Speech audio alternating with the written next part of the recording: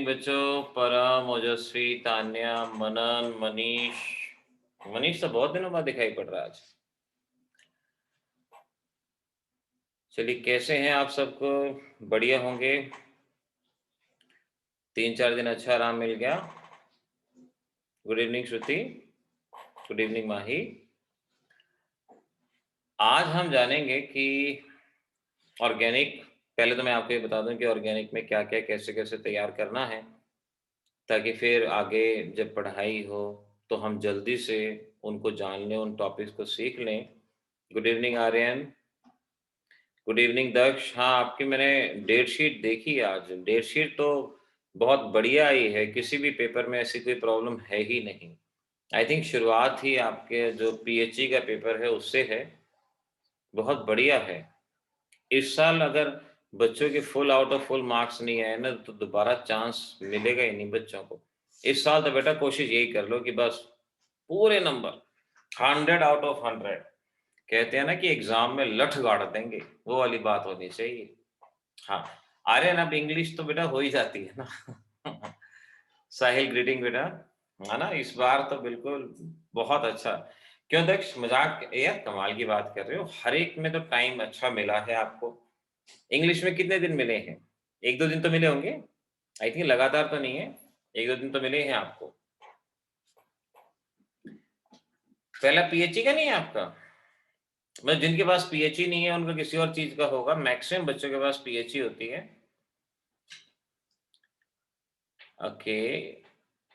मनन का पहला paper English का है। अच्छा, तो पहला जो इंग्लिश का है वो कब है? कौन सी डेट को है? आई थिंक 4 को होगा ना। सेकंड पीएचई का है। ओके। मनीष ने म्यूजिक लिया है। हाँ, मैथ में पूरे 12 दिन है। इंग्लिश 4 मई को। ओके। और पीएचई का है 8 को। तो फिर तो टाइम अच्छा मिल गया। ओके, फर्स्ट इंग्लिश का है आर्यन। ओके। हाँ, मैथ में बहुत दिन मिल गए, फिजिक्स में भी अच्छे दिन हैं। आई थिंक केमिस्ट्री में 4-5 दिन मिले हैं आपको। 4-5 दिन हमारे लिए बहुत है। उससे ज्यादा अगर दिन हमें मिलते हैं ना केमिस्ट्री में, तो बच्चों की केमिस्ट्री खराब हो जाती है। 4 दिन तो बहुत है। 4 दिन में तो हम अच्छे से काम कर लेंगे, बहुत अच्छे से। हाँ, बेटर भी है। जिस भी एग्जाम में 4-5 दिन से ज्यादा होते हैं ना, फिर काम करने का मन ही नहीं करता। ये पाया गया है, अक्सर होता है। हमारे साथ भी ऐसा हुआ करता था, आप बच्चों के साथ भी होगा। तो इसीलिए अपना आराम से करो। मैथ की और बाकी पेपर की तैयारी तो ये है कि एग्जाम में बहुत अच्छे से उनकी रिवीजन हो जाएगी। और जो पेपर सबसे लास्ट में होता है ना, उसमें तो वैसे ही थोड़ा सा बुरे हालात हो जाते हैं, करें ना करें, करें ना करें। तो मैथ के लिए थोड़ा पहले से ही सोचना पड़ेगा। हाँ, मैथ का लास्ट में है ना। अच्छा, आईपी है उसके बाद। ओके, चलो बच्चा, कोई नहीं, आज की शुरुआत करें। अब देखिए क्या होगा। ऑर्गेनिक केमिस्ट्री बोर्ड एग्जाम के लिए, अगर आप ऑर्गेनिक केमिस्ट्री तैयार कर रहे हैं, तो ये जान लो कि जीओसी में से बहुत ज्यादा नहीं करना होगा। जीओसी में से आपको सबसे पहले जीओसी में से इंडक्टिव इफेक्ट, एसिड और बेस से रिलेटेड कंसेप्ट, यानी कौन सा कार्बोक्सिलिक एसिड स्ट्रॉन्गर है, कौन सा बेस स्ट्रॉन्गर है, इस तरह के क्वेश्चन।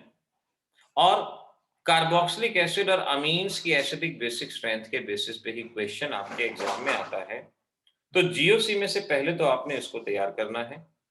फिर आपने जीओसी में से SN2, SN1 रिएक्शन और SNAR, 3 तरह के मैकेनिज्म। जीओसी के लास्ट में आपको ये लेक्चर दिए गए थे, ये लेक्चर वहां पर प्रिपेयर कर रहे हैं।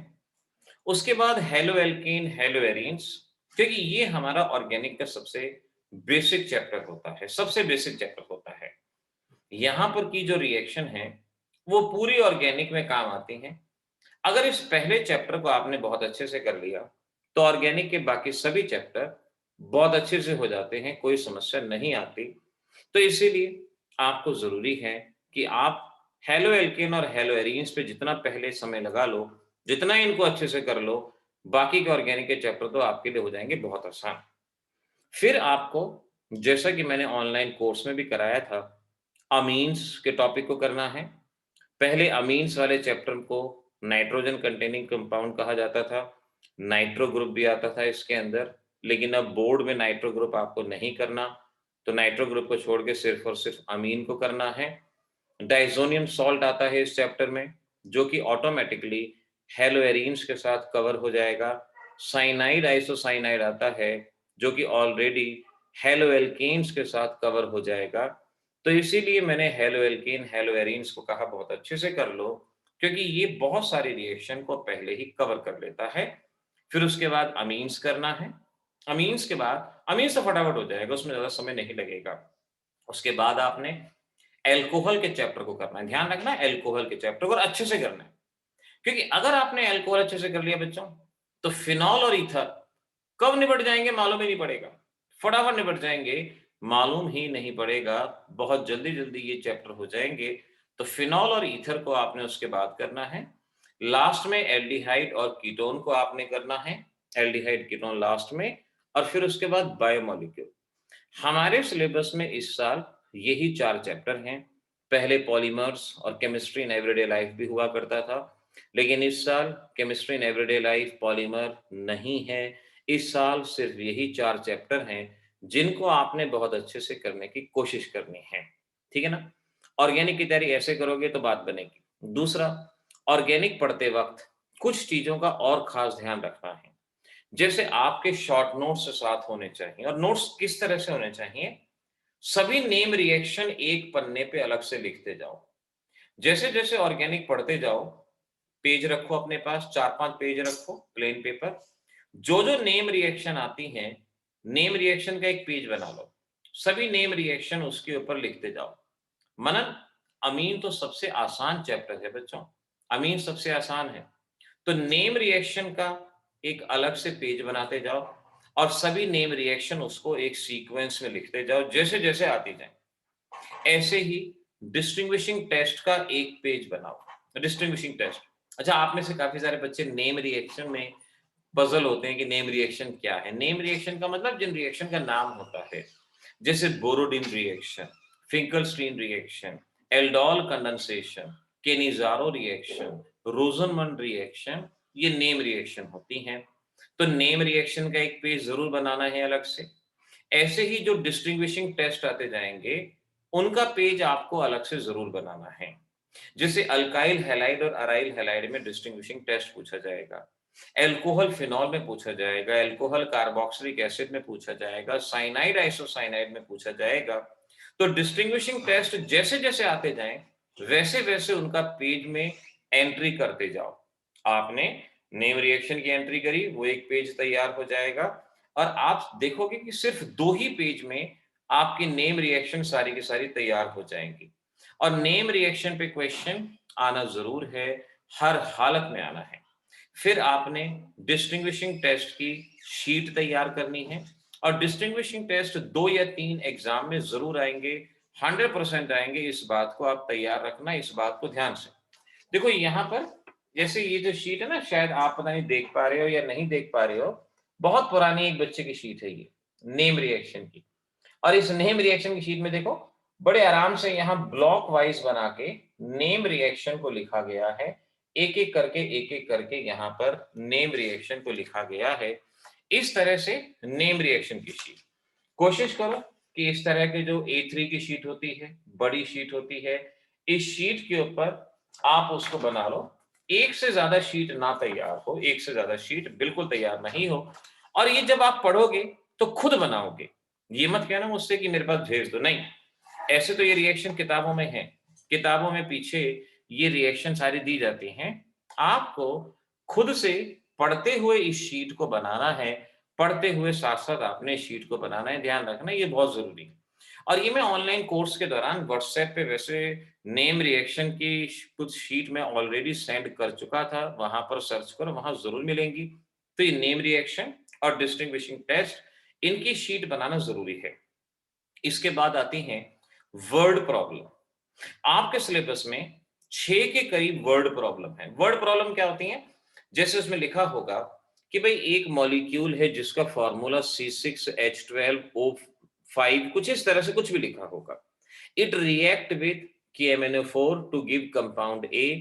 Compound A reacts to give compound B. इस तरह से वहां पर स्टेटमेंट में क्वेश्चन होते हैं, इन्हें वर्ड प्रॉब्लम कहते हैं। यानी एक प्रॉब्लम जो वर्ड्स में डिस्क्राइब की जाती है और आपसे कहा जाता है कि आपको उसके बेसिस पे बताना है कि आपके प्रोडक्ट्स क्या होंगे।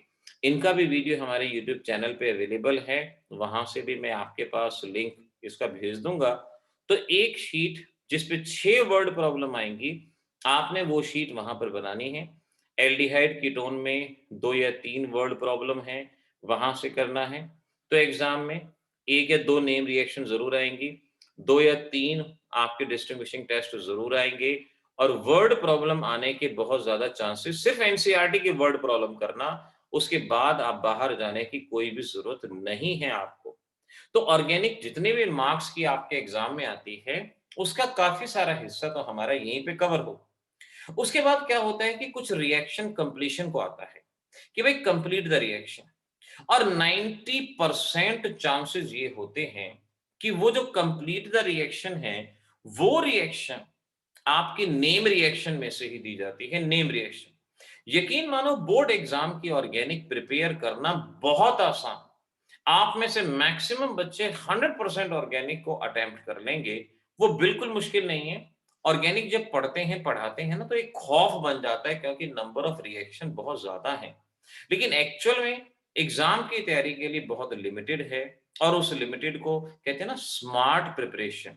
तो स्मार्ट प्रिपरेशन की तरफ आपको ध्यान देना है। जो बच्चे नीट और जेईई की तैयारी करते हैं, उन्हें 1-2 शीट और बनानी है, फंक्शन ऑफ रिएजेंट वाली शीट जो मैंने ऑनलाइन कोर्स के वीडियोस के दौरान ऑलरेडी बताया था। फंक्शन ऑफ रिएजेंट वाली शीट साथ के साथ आज से ही मैं जो रिएजेंट बताता जाऊँ, जैसे मैंने कह दिया फंक्शन ऑफ पीसीएल5 ये है, आज से ही आप उसको बनाओगे, उसका रिवीजन करोगे और डेली अगर इस पैटर्न को मेंटेन कर लोगे, तो फाइनल एग्जामिनेशन तक आते-आते ऑर्गेनिक बहुत अच्छे से आपकी तैयार हो जाएगी। तो इन सब बातों को ध्यान रखना। Name reaction, word problem, distinguishing test, इनके बारे में बहुत अच्छे से ध्यान रखना। डिस्टिंग्विशिंग टेस्ट की जहाँ तक बात है, इसका हमने एक अनअकैडमी पे इसका बाकायदा एक कोर्स बनाया हुआ था, उसका लिंक अगर मुझे मिलेगा, तो डेफ़िनेटली मैं आपके पास सेंड करूँगा। वो बहुत ही अच्छा कोर्स वहाँ बना हुआ था। अब मेरी कोशिश होगी कि अगर मैं आज उसको सर्च कर लूँ, तो वो लिंक भी भेज दूँ जिसमें सारी की सारी नेम रिएक्शन को उस कोर्स में बताया गया था। वो फ्री टू ऑल है, वो हर बच्चे उस कोर्स को देख सकते हैं, उसमें कोई प्रॉब्लम नहीं है। और हम कोर्स के साथ-साथ यहाँ भी आपको बताएँगे कि कैसे आपको नेम रिएक्शन वगैरह या डिस्टिंग्विशिंग टेस्ट करना है, वो भी मैं आपको बताता जाऊँगा। तो ये एक ओवरऑल आउटलाइन थी कि आपने इस तरह से ऑर्गेनिक में आगे बढ़ना है।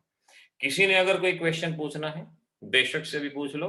मैं शुरू करता हूँ अदरवाइज़ हेलो एल्केन्स का चैप्टर, हेलो एल्केन्स। और आज से मैं जो शुरुआत करूँ, जो रिएक्शन बताऊँ, खुद से प्रॉमिस कर लो कि भई मैं जो बताया जाएगा उसको भूलूँगा नहीं। मैं वही रिएक्शन बताऊँगा जो आपके एग्ज़ामिनेशन के लिए इम्पोर्टेंट है, यानी उससे बाहर एग्ज़ाम में क्वेश्चन नहीं आएगा। लेकिन आपको इस बात को अपने आप से कहना होगा कि जो रिएक्शन आज हो गई, कल हो गई, परसों हो गई, उसको आप भूलोगे नहीं। अब यहाँ पर आपने ऑनलाइन कोर्स में भी देखा होगा कि मैं पढ़ाते-पढ़ाते साथ में क्वेश्चंस देता हूँ कंप्लीट करने के लिए, ऐसे ही आपको यहाँ भी दूँगा। लेकिन अब उन रिएक्शन को चैट में लिख के तो बता पाना मुश्किल होगा, तो आपको क्या करना होगा, हर रोज़ अपने मोबाइल पे कॉपी पेन साथ लेके रखना, जो रिएक्शन बताऊँ उसे सॉल्व करना, उसकी इमेज लेना और मेरे व्हाट्सएप पे उसकी इमेज भेजना, ताकि साथ-साथ वो चेकिंग होती जाएगी और उसके बहाने हमारी तैयारी साथ-साथ होती जाएगी, क्योंकि मैं बहुत ही सीरियस मैनर में आपको यहाँ ऑर्गेनिक करवाना चाहता हूँ, क्योंकि हम ये जानते हैं कि बहुत सारे बच्चे ऑर्गेनिक को लॉकडाउन पीरियड में हल्के में ले गए और उस वक़्त अगर हल्के में ले लिया, तो एग्ज़ामिनेशन में ये बहुत भारी पड़ जाएगा। तो इसीलिए आपको मेरी बताई गई बातों को बहुत अच्छे से ध्यान रखना होगा। ओके। प्रिया क्या पूछ रही है कि जीओसी के लिए बोर्ड में देखो, जीओसी में से बोर्ड के लिए क्या करना है, इंडक्टिव इफेक्ट की वो प्रॉब्लम जहां मैंने एप्लीकेशन कराया है एसिडिक कैरेक्टर और बेसिक कैरेक्टर, वो प्रॉब्लम करनी है। रेजोनेटिंग स्ट्रक्चर्स में आपने फिनॉल, कार्बोक्सिलिक एसिड यानी बेंजोइक एसिड, इनके रेजोनेटिंग स्ट्रक्चर आपने ड्रॉ करने हैं। साहिल, अगर आप रिएक्शन को लिख सकते हो तो डेफिनेटली लिखो। SN2 SN1 reaction. अच्छा, साहिल नहीं लिख पाएगा। हाँ, साहिल मुझे मालूम पड़ा आपको चोट आई है। इट्स ओके बेटा, बाद में जब आप ठीक हो जाएँगे तो मुझे बता देना। और श्रुति ने क्या कहा कि अदर देन क्वेश्चन, देखो जो मैंने ऑनलाइन कोर्स में क्वेश्चन करा दिए हैं आपको और जो एनसीईआरटी के इंपॉर्टेंट बता दिए, बोर्ड के लिए उसके अलावा ज़रा-सा भी बाहर जाने की ज़रूरत नहीं है। हमारे यूट्यूब चैनल पे इंपॉर्टेंट क्वेश्चंस के वीडियोस हैं ऑर्गेनिक के, जो मैं समय-समय पे आपके पास भेजता भी रहूँगा। आप अगर उनको कर लोगे तो उसके अलावा आपको बिल्कुल बाहर से करने की ज़रूरत नहीं है। मनन क्या कहता है? मनन, आप मुझे व्हाट्सएप पे किसी भी तरह से मैसेज भेज देना बेटा, बल्कि बेटर ये रहे कि आप कागज़ पे ही सॉल्व करके भेजो। मनीष, जेईई के लिए केमिस्ट्री इन एवरीडे लाइफ है। जो बच्चे, देखो हमारे पॉलीमर डिलीट हुआ है, पॉलीमर के साथ-साथ हमारा chemistry in everyday life delete हुआ है। लेकिन जो बच्चे कॉम्पिटिटिव एग्जामिनेशन में इन चैप्टर्स की तैयारी कर रहे हैं, उन बच्चों को मैं ये कहूँगा, अगर आपको पॉलीमर और केमिस्ट्री इन एवरीडे लाइफ करना है, तो आप मुझे व्हाट्सएप पे मैसेज कर देना, उनके लिंक मैं आपको भेज दूँगा। ऑनलाइन कोर्स में पॉलीमर और एवरीडे लाइफ को हमने अलग रखा था, क्योंकि वो हमारे एग्जामिनेशन के लिए, बोर्ड एग्जामिनेशन के लिए इस साल ज़रूरी नहीं थे।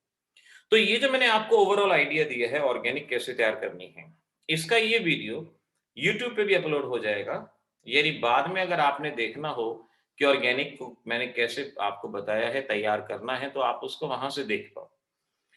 ओजस्वी क्या पूछता है, रेजोनेटिंग स्ट्रक्चर में बेटा phenol, carboxylic acid, aniline. Phenol, carboxylic acid, aniline, इनके रेजोनेटिंग स्ट्रक्चर आप अच्छे से तैयार कर लेना। ठीक है बच्चों, अब मैं आपको हेलो एल्केन्स चैप्टर में क्या-क्या, कैसे-कैसे तैयार करना है, इसके बारे में बताता हूं। कॉपी पेन अपना साथ में रखना जरूरी है, क्योंकि मैंने कहा जब तक लिख के प्रैक्टिस नहीं होगी, ऑर्गेनिक याद नहीं होगी। और आज से ही इस बात को ध्यान में रखना है कि रिएजेंट की शीट आज से ही तैयार करनी है। फंक्शन ऑफ रिएजेंट की शीट आज से ही आपकी तैयार होनी चाहिए। उसमें कहीं भी किसी भी तरह की कोई आपको टाल-मटोल नहीं करनी कि जी बाद में कर लेंगे, बाद में नहीं, ये आपको अभी करना है। महक, अभी जो मैंने बताया ना बेटा, क्योंकि आपने लेट ज्वाइन किया है आज, तो इसका वीडियो अपलोड हो जाएगा, वहां देख लेना। अभी जो मैं यहाँ पर आपको बता रहा हूं, आप यहाँ से पढ़ना स्टार्ट करो, रिएक्शंस को आप उससे पढ़ना स्टार्ट करो।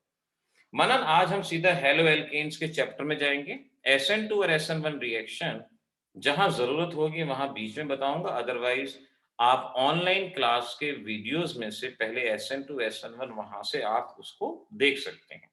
चलो अब बिल्कुल सारी डिस्टरबेंस छोड़ के जो जो रिएक्शन बता रहा हूं सीधा उस पे आओ, कॉपी पेन निकाल के रखो, जो जो बताऊं स्क्रीनशॉट के चक्कर में मत पड़ना, क्योंकि ऑर्गेनिक अगर लिखोगे नहीं ये भारी पड़ जाएगी। इसीलिए बहुत जरूरी है साथ साथ मेरे आपको लिखना है।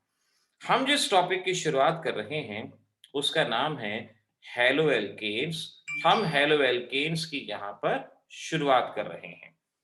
हेलो एल्केन किसे कहा जाता है, ये बात बहुत अच्छे से हमें पता हो।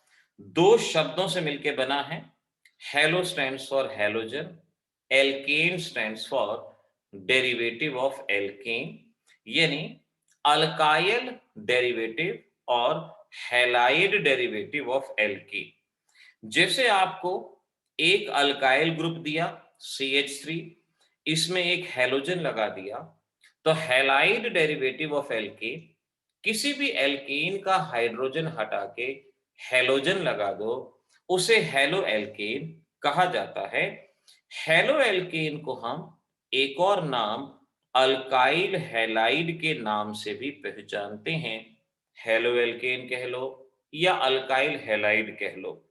General formula RX। R का मतलब हुआ अल्काइल ग्रुप, जैसे methyl CH3, ethyl C2H5, propyl alkyl group, और X यहां पर हैलोजन है, फ्लोरीन, क्लोरीन, ब्रोमीन, आयोडीन, इस तरह से ये यहां पर हैलोजन है, अल्काइल हैलाइड। क्लासिफिकेशन में ऑनलाइन क्लासेस में तो मैंने इसका काफी डिटेल्ड क्लासिफिकेशन आपको बता रखा है। लेकिन बोर्ड एग्जाम के लिए आपको जितना चाहिए वो यहां पर आप सीखोगे। आपके पास अल्काइल हैलाइड 3 तरह के, प्राइमरी हैलाइड, सेकेंडरी हैलाइड और tertiary halide. Primary halide, secondary halide, tertiary halide. Generally इनको 1 डिग्री, 2 डिग्री, 3 डिग्री भी बोल दिया जाता है, कोई प्रॉब्लम नहीं है। एक्चुअल टर्म है primary, secondary, tertiary. Primary halide का मतलब है जहां हैलोजन ऐसे कार्बन से कनेक्ट होता है, मेरी बात को ध्यान से समझना, जहां हैलोजन ऐसे कार्बन से कनेक्ट होता है जो या तो किसी भी कार्बन से कनेक्ट नहीं होता या एक कार्बन से कनेक्ट होता है। ऐसा है कंपाउंड जहां हैलोजन ऐसे कार्बन से कनेक्ट है जो सिर्फ एक कार्बन से कनेक्ट है, उसे प्राइमरी हैलाइड कहा जाता है। ऐसा कंपाउंड जहां हैलोजन ऐसे कार्बन से कनेक्ट है जो दो कार्बन से कनेक्ट है। आपने हैलोजन के कार्बन को देखना है, देखो जिसपे मैं स्टार लगा रहा हूं इस कार्बन को देखना है, हैलोजन जिससे अटैच है उसको। अब ये कितने कार्बन से कनेक्ट है? ये एक और एक दो, ये कार्बन दो कार्बन से कनेक्ट है। तो अगर हैलोजन वाला कार्बन दो कार्बन से कनेक्ट है उसे सेकेंडरी हैलाइड कहेंगे। और अगर हैलोजन वाला कार्बन तीन कार्बन से कनेक्ट है, अब जरा इस कंपाउंड को देखो, यहां पर हैलोजन वाला कार्बन ये है हैलोजन वाला कार्बन, और ये कितने से अटैच हुआ? 1 2 3, ये तीन कार्बन से डायरेक्टली कनेक्ट है, तो इसे हम टर्शियरी हैलाइड कहेंगे, ये टर्शियरी कहलाया जाएगा। अच्छा जरा एक बात बताओ, अगर मैं आपको ये कंपाउंड देता हूं, अब मुझे जरा जल्दी से बता दो ये किस तरह का हैलाइड है? ये प्राइमरी हैलाइड है, सेकेंडरी है और टर्शियरी है, किस तरह का हैलाइड है? प्राइमरी, सेकेंडरी और टर्शियरी। दक्ष ठीक है, श्रुति का जवाब ठीक है, मनन का जवाब बिल्कुल ठीक, सलोनी गलत बेटा, और मनीष ठीक जवाब, आर्यन सही, तान्या सही, केशव सही, प्रसून गलत आंसर है बेटा, ध्यान से। तभी मैंने कहा ना मेरी बताई की बातों को ध्यान से सुनो। प्रियांशु ठीक है, शैव्या करेक्ट, प्रिया करेक्ट, ओजस्वी करेक्ट, बिल्कुल सही जवाब है ये। देखो आप जो चैट में बता रहे हो मैं उसी को देख के जवाब दे रहा हूं, बिल्कुल सही। देखो ध्यान से, जिनका गलत हुआ, हाँ प्रसून अब ठीक है। देखो यहां पर ये हैलोजन है, हैलोजन जिस कार्बन से अटैच है वो डायरेक्टली कितने कार्बन से? अब हैलोजन वाला कार्बन सिर्फ एक कार्बन से डायरेक्टली कनेक्ट है, बाकी के कार्बन तो उसके बाद वाले कार्बन से कनेक्ट है। हैलोजन वाला कार्बन सिर्फ एक कार्बन से डायरेक्टली कनेक्ट है, तो ये प्राइमरी हैलाइड है, इसको ध्यान रखना है, ये प्राइमरी हैलाइड कहा जाएगा, दिस इज प्राइमरी। तो ये कभी भी आइडेंटिफाई करने में गलती मत करना, क्योंकि बहुत बार ऐसी चीजें आएंगी और वहां आप उलझ जाओगे। प्राइमरी, सेकेंडरी, टर्शियरी किसे कहा जाता है, इस बात को ध्यान से समझना। नाउ इसके बाद आता है क्लासिफिकेशन ऑफ प्राइमरी हैलाइड। अब प्राइमरी हैलाइड हमने अच्छे से जान लिया, मेरी बात को अच्छे से अपने दिमाग में बिठा लो। प्राइमरी हैलाइड वो जहां हैलोजन वाला कार्बन एक कार्बन से कनेक्ट है। अब ये प्राइमरी हैलाइड तीन तरह के पहले होते हैं, जिन्हें एन हैलाइड, एन हैलाइड का मतलब नॉर्मल हैलाइड कहा जाता है, या जिन्हें आइसो हैलाइड कहा जाता है, या जिन्हें नियो हैलाइड कहा जाता है। ये तीन तरह के हैं, क्योंकि अगर कभी क्वेश्चन आ गया ना, आइडेंटिफाई करो कौन आइसो है, सेकेंडरी है, नियो है, गड़बड़ी हो जाएगी। तो आइसो, नियो वगैरह को आप अच्छे से पहचानने की कोशिश करो। Classification of primary halide. अब देखो जरा, एन हैलाइड का मतलब नॉर्मल, नॉर्मल का मतलब अनब्रांच्ड, जैसे ये CH3 CH2 CH2 CH2 Cl।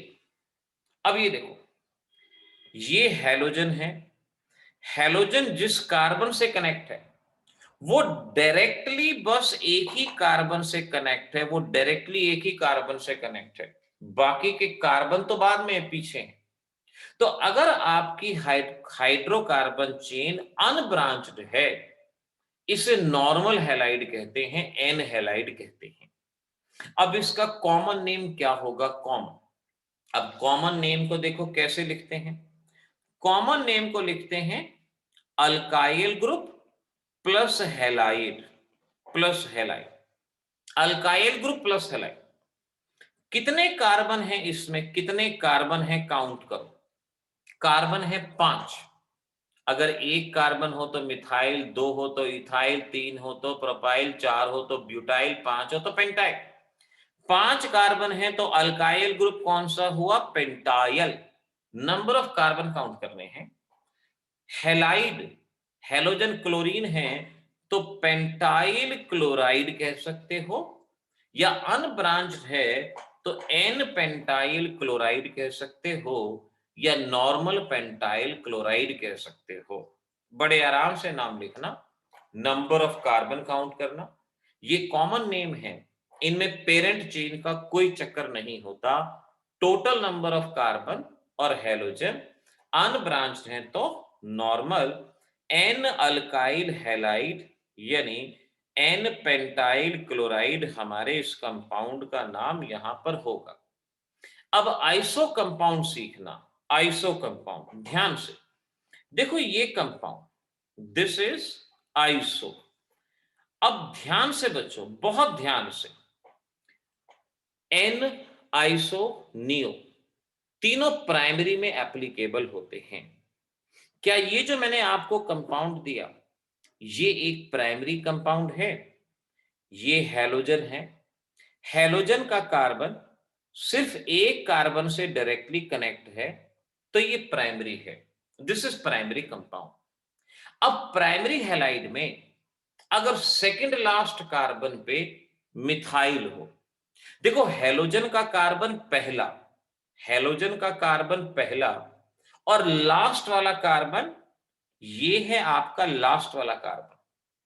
अगर सेकंड लास्ट कार्बन पे एक मिथाइल है, जैसे कि यहां देख सकते हो सेकंड लास्ट कार्बन पे एक मिथाइल, उसे आइसो कहते हैं। और सेकंड लास्ट कार्बन पे अगर दो मिथाइल हो तो उसे नियो कहते हैं। तो यहां पर सेकंड लास्ट कार्बन पे एक मिथाइल है तो ये हुआ iso. This is iso compound. Total carbon कितने हैं? मैं अभी नाम पूछूंगा आपसे, एग्जांपल दूंगा। टोटल कार्बन कितने हैं? काउंट करो कार्बन इसमें। 5। 5 कार्बन है तो शब्द आएगा पेंटाइल। हैलोजन कौन सा है? क्लोरीन, क्लोराइड लिखेंगे। आइसोपेंटाइल क्लोराइड हमारे कंपाउंड का नाम होगा, आइसोपेंटाइल क्लोराइड कहेंगे। तो नॉर्मल हुआ जिसपे ब्रांचिंग नहीं है, आइसो हुआ जिसमें एक methyl group second last carbon पे ब्रांचिंग में है। ध्यान से, सेकंड लास्ट कार्बन पे। अब नियो, जहां सेकंड लास्ट कार्बन पे दो मिथाइल ब्रांचिंग में है, ये देखो। देखो इसमें नियो एप्लीकेबल होगा या नहीं? नियो एप्लीकेबल होने के लिए सबसे पहली रिक्वायरमेंट है कि ये प्राइमरी हैलाइड होना चाहिए। It must be primary halide. क्या ये प्राइमरी है? चेक कर लेते हैं। ये हैलोजन है, जिस कार्बन से कनेक्ट है वो सिर्फ एक ही कार्बन से डायरेक्टली कनेक्ट है, तो ये प्राइमरी हैलाइड है। और यहां सेकंड लास्ट कार्बन पे दो मिथाइल। अब पता है क्या होता है, कई बार बच्चे कहते हैं जी देखो 3 मिथाइल है। देखो अगर आप इसको 3 मिथाइल मानोगे तो ये कार्बन सेकंड लास्ट थोड़ी काउंट होगा। आपको ये ध्यान, आप चाहे ऐसे कर लो कि लास्ट बट वन, ऐसे मान सकते हो। लास्ट बट वन कार्बन पे दो मिथाइल होने चाहिए।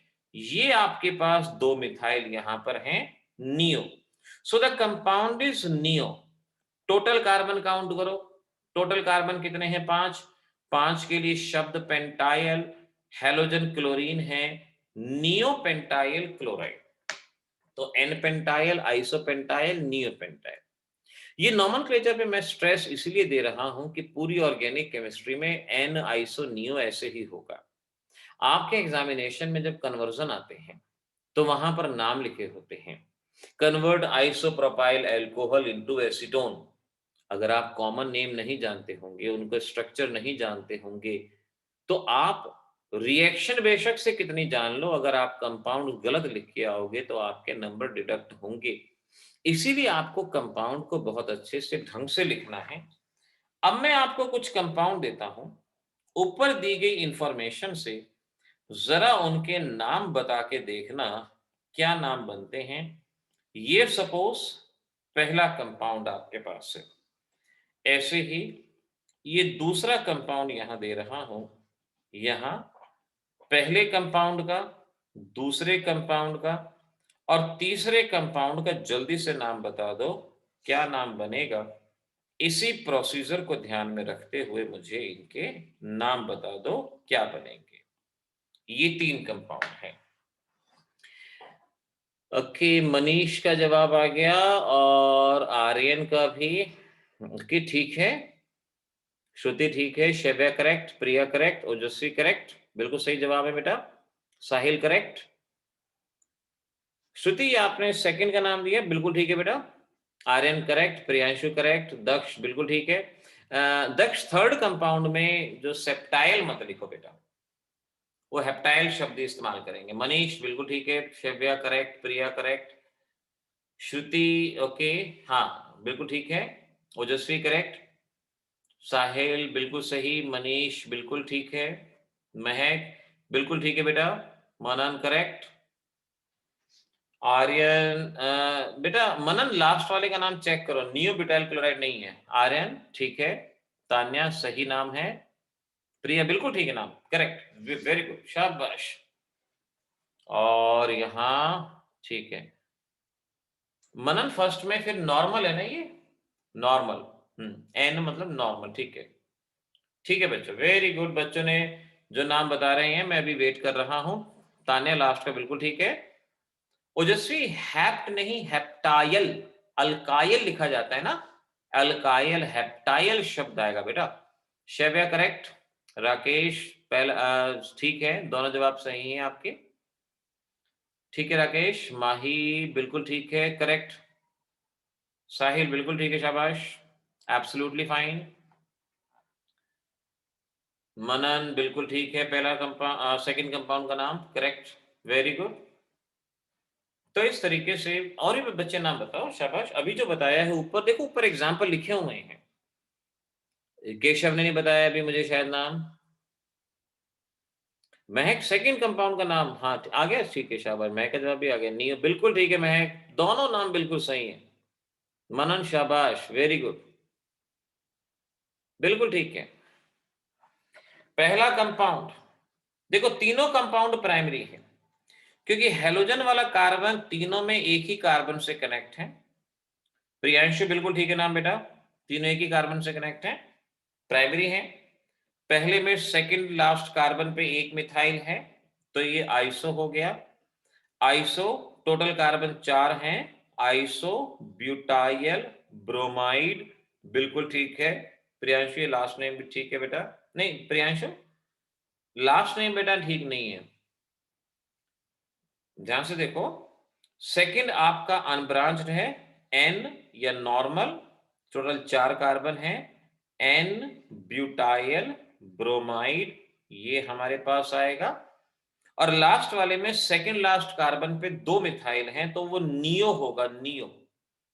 टोटल कार्बन काउंट करो, 7 कार्बन है, 7 के लिए हेप्टाइल शब्द आता है, हेप्टाइल क्लोराइड। देखो ये नाम अच्छे से देख लो, इस तरह से ये नाम यहां पर अच्छे से तैयार कर लो, isobutyl, n butyl, neo heptyl chloride, nomenclature में जरूरी है। देखो मैं साथ साथ ये कहूंगा, लाइव क्लास के साथ साथ जो ऑनलाइन कोर्स में आप एडमिट हुए हो, आप उनके वीडियो के लिंक भी साथ साथ जरूर देखते जाना, क्योंकि यहां पर जो मैं बता रहा हूं और रिवीजन के लिए अगर आप उनका इस्तेमाल करोगे तो उससे क्या रहेगा, चीज आपको लगेगी कि हाँ 2 बार रिवीजन हो गया और अब ये चीज हमें अच्छे से तैयार होगी। तो ये आप साथ साथ ध्यान रखो, दोनों ही चीजें साथ साथ करनी है। अब देखो अगली चीज, नेक्स्ट हमारे पास है मेथड ऑफ अब प्रिपरेशन, ऑर्गेनिक को जब हम पढ़ते हैं ना, तो किसी भी चैप्टर को 4 हिस्सों में पढ़ा जाता है। पहला है क्लासिफिकेशन नोमेनक्लेचर, दूसरा है मेथड ऑफ प्रिपरेशन, तीसरा है केमिकल प्रॉपर्टी और चौथा होता है फिजिकल प्रॉपर्टी। तो यहां पर अब हम इस चैप्टर के दूसरे पार्ट पे आ गए हैं, मेथड ऑफ प्रिपरेशन। और यहां आज से हम सीख रहे हैं फ्रॉम एल्कोहल, एल्कोहल्स से अल्काइल हैलाइड किस तरह से बनाएंगे। और ध्यान रखना, जो यहां मेथड ऑफ प्रिपरेशन पढ़ेंगे पूरी ऑर्गेनिक में इस्तेमाल होगा, पूरी ऑर्गेनिक में। तो जो जो एक एक रिएक्शन बता रहा हूं, ये नियम बना लेना है कि उसको भूलना नहीं है आपने। पहला रिएजेंट है action of PCl5, action of PCl5। पहली एक दो रिएक्शन तो मैं आपको बल्कि थोड़ा सा डिटेल में समझा दूं, और फिर उसको आप डायरेक्ट भी कर सकते हो। पहले जरा डिटेल में समझ लो। अब देखो PCl5 कैसे रिएक्ट करता है। इसकी जो रिएक्शन है उसको हम ऐसे लिखते हैं, ऐसे लिखते हैं। यहां इस तरह से हमें प्रोडक्ट मिलता है। लेकिन अगर मैं रिएक्शन को ऐसे लिखूंगा, अगर मैं रिएक्शन को ऐसे लिखूंगा, तो ये रिएक्शन हमें अच्छे से याद नहीं हो पाएगी। ऐसे तो किताबों में भी लिखी होती है ROH प्लस PCl5, और आपने भी रिएक्शन को ऐसे याद नहीं करना, क्योंकि ये परफेक्ट मेथड नहीं होता। आपने रिएक्शन को स्प्लिटिंग के साथ याद करना है, लिख लिख के याद करना है। ऑर्गेनिक अगर लॉन्ग रेस में करना चाहते हो तो उसको लिख लिख के याद करो। जैसे मैं स्प्लिटिंग लिखता हूं आप भी लिखना। एल्कोहल को मैं ऐसे लिखता हूं ROH। हम मॉलिक्यूल को कैसे भी लिख सकते हैं, बॉन्डिंग नहीं अलग होनी चाहिए। यानी ROH को मैं ऐसे भी लिख सकता हूं, ROH को मैं ऐसे भी लिख सकता हूं, ROH को मैं ऐसे भी लिख सकता हूं। जो एटम जिससे अटैच है उसी से होना चाहिए, बॉन्डिंग कहीं डिफरेंट नहीं होनी चाहिए। आप अपने समझने के लिए मॉलिक्यूल को कैसे भी लिख सकते हो। PCl5, लेट में इसे ऐसे लिखता हूं PCl5, देख सकते हो। PCl3, एक क्लोरीन ऊपर एक क्लोरीन नीचे, ये PCl5 को मैंने यहां पर लिख दिया इस तरह से, ये PCl5। अब स्प्लिटिंग देखना और उसे याद करना। यहां से ये बाहर जाएगा, यहां से ये बाहर। एटम को तोड़ो, एटम को तोड़ना है, बॉन्ड को तोड़ना है, एटम के साथ खेलना है। जब तक एटम को अपने हाथ से नहीं तोड़ोगे वो याद नहीं होगा। यहां से HCl बाहर जाएगा, ये हमने बाहर HCl लिख दिया राइट हैंड साइड में। अब ये देखो यहां से क्या बाहर गया, जरा इसको देखो, ये क्या गया, दिस इज POCl3, इसको लिख दिया POCl3। और ये बचा हुआ क्लोरीन R पे जाके कनेक्ट हो गया, तो ये क्या बना, RCl, अल्काइल हैलाइड यहां पे बना, एल्काइल हैलाइड आपके पास यहां पर बना। इस तरीके से आपने रिएक्शन को खुद अपने हाथों से करके देखना है। PCl5 एक्चुअल में क्या करता है, OH को हटाता है और उसकी जगह Cl को लगाता है, ये इसका डायरेक्ट फंक्शन। लेकिन अभी उस चीज को मत याद करो, अभी ये स्प्लिटिंग याद करो, और उस स्प्लिटिंग के हिसाब से ही जरा इन रिएक्शन को खुद अपने हाथ से करके देखो कि क्या बनता है। अगर मैंने कहा ये रिएक्शन है और मैंने कहा ये रिएक्शन है, जरा इसको अपने हाथ से लिख के देखो स्प्लिटिंग के साथ, और प्रोडक्ट को बना के देखो। अगर आज से ही ये बॉन्ड स्प्लिटिंग के साथ रिएक्शन को लिखना सीख जाओगे तो आगे दिक्कत नहीं आएगी, आगे बहुत आसानी से काम करोगे। आज क्योंकि काफी बच्चे ऐसे भी हो सकते हैं आप में से जिन्होंने रिएक्शंस को पहले ऐसे नहीं याद किया हो, तो अब ये क्योंकि हाई टाइम है, अब अगर इग्नोर किया तो दोबारा बेटा वक्त नहीं आएगा। इसीलिए इनको अपने हाथ से स्प्लिटिंग करके देखना है।